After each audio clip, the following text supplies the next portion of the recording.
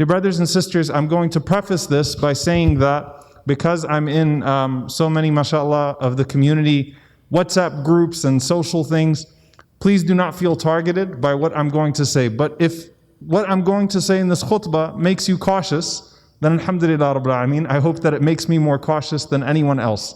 What I'm going to say today has nothing to do with any recent event that triggers this.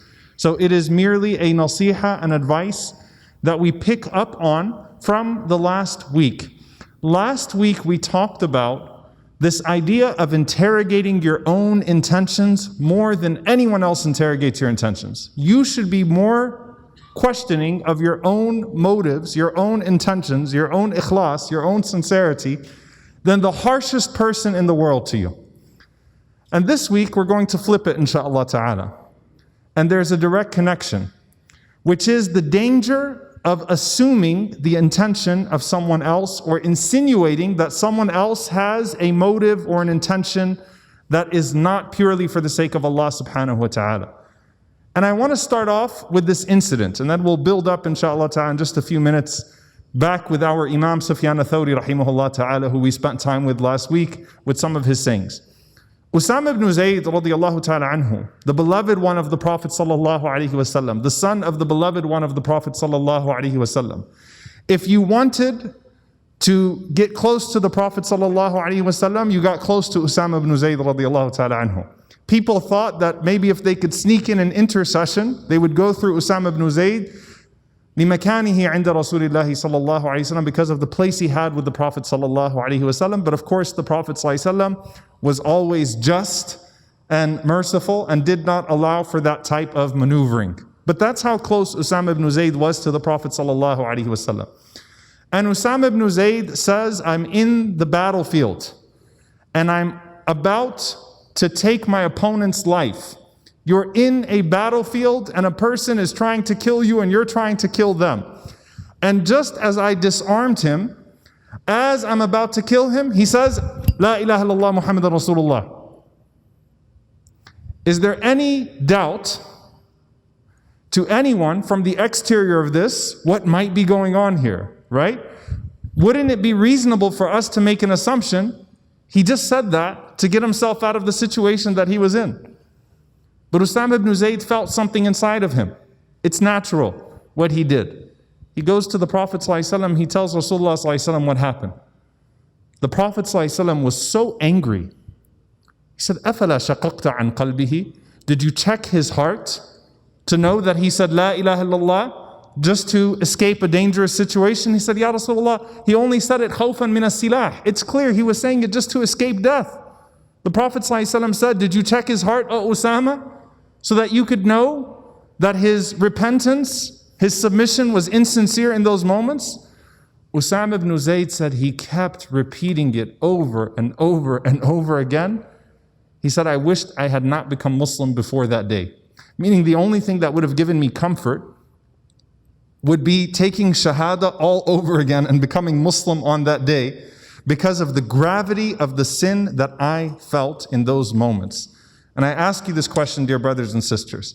Is there any person who would be less deserving of husn al-dhan, less deserving of a good assumption of their intentions than that man in those moments?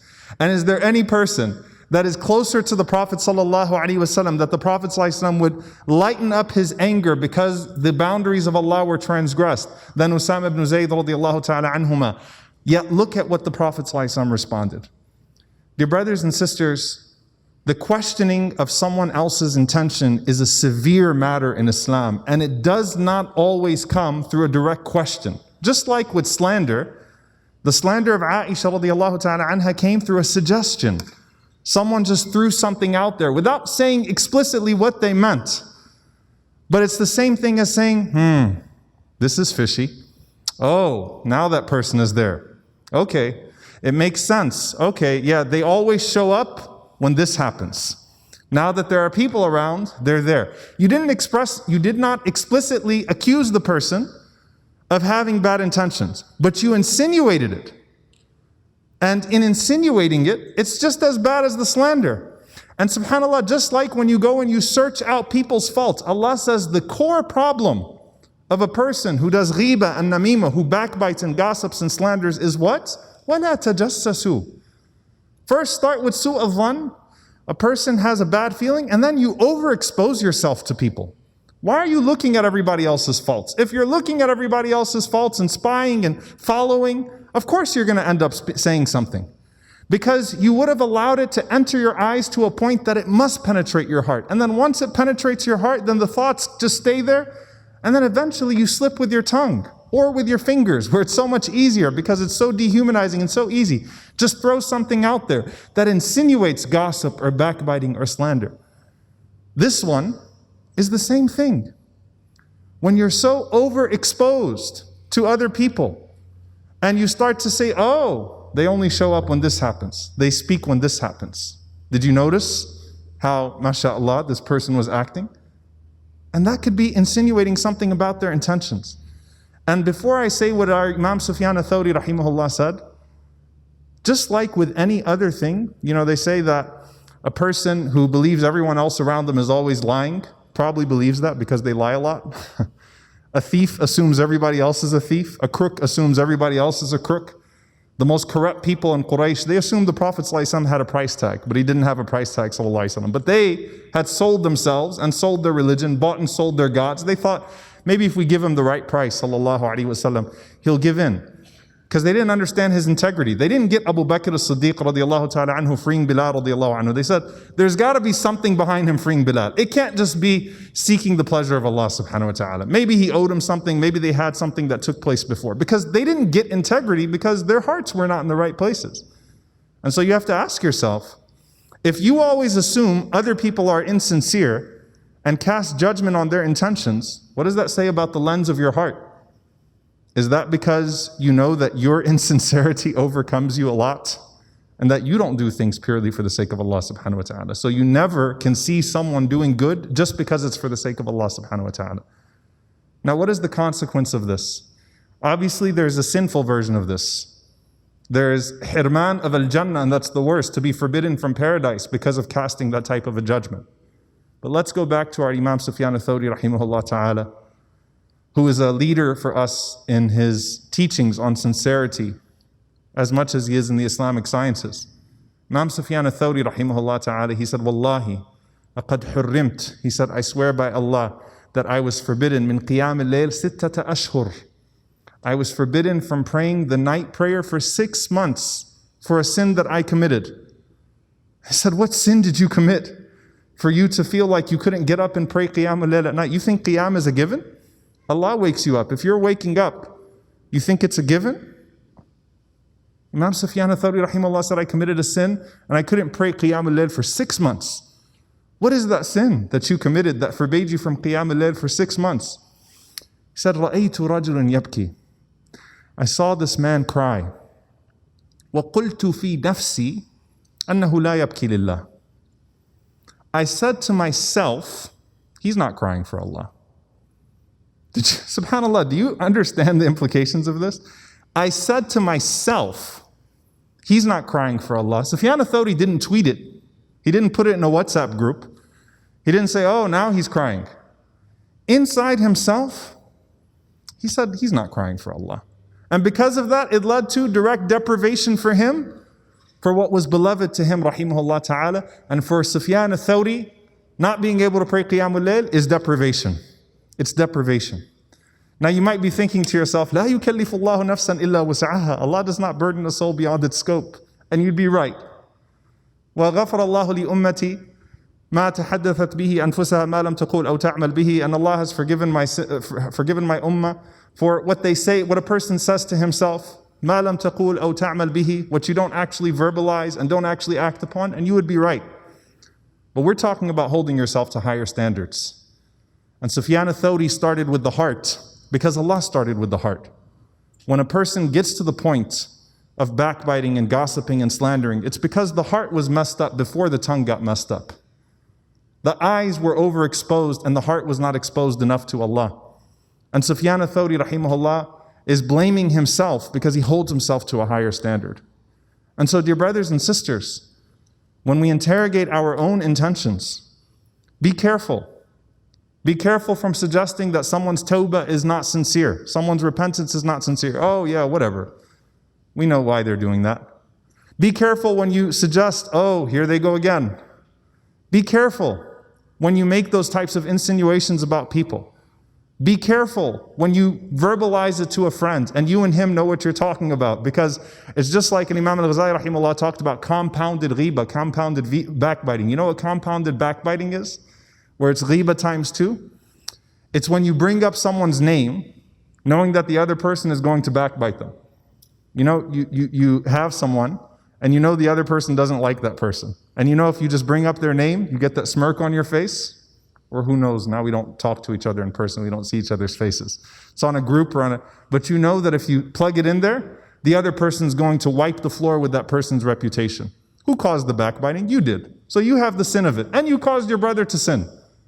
You have the sin of that brother's honor and the sin of the one who actually took away his honor. The same thing is with intentions. Questioning people's intentions. Be careful. Be careful. And interrogate your heart.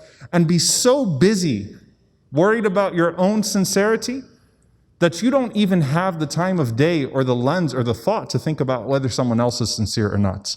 Be so afraid and so careful and cautious that, am I sincere and I need to keep on refining my own sincerity. I can't look at other people's sincerity or question their intention. Their hearts are between them and Allah subhanahu wa ta'ala. At no point, dear brothers and sisters, is this making haram halal. Right, the prohibited lawful. At no point does husn al-dhan mean that we lose the standards of Islam. No, husn al-dhan, good expectations and assumptions of people, simply means that we relegate every excuse and we watch our tongues and we watch our eyes and we watch our hearts and we focus on Allah subhanahu wa ta'ala. And the month of Sha'ban is coming upon us, and Sha'ban is a month to empty out the heart of everything, so that when Ramadan comes, you can fill it with Allah subhanahu wa ta'ala. May Allah subhanahu wa ta'ala allow our hearts to be free of that which is displeasing to Him, so that He can fill our hearts with that which is pleasing to Him subhanahu wa ta'ala. May Allah forgive us when we slip with our eyes, with our tongues, with our ears, and with our hearts. May Allah subhanahu wa ta'ala forgive us for our negative thoughts, and when those negative thoughts transpire in negative words. May Allah subhanahu wa ta'ala protect us from being deprived for reasons that we are aware of and reasons that we are not aware of.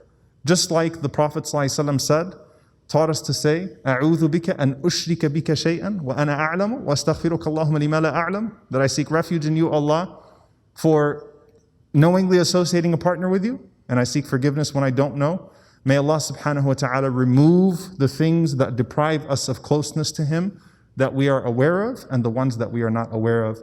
And let us be completely sincere and truthful with Him subhanahu wa ta'ala. Allahumma ameen. أقول قولي هذا واستغفر الله لي ولكم ولسائر المسلمين فاستغفروه إنه هو الغفور الرحيم.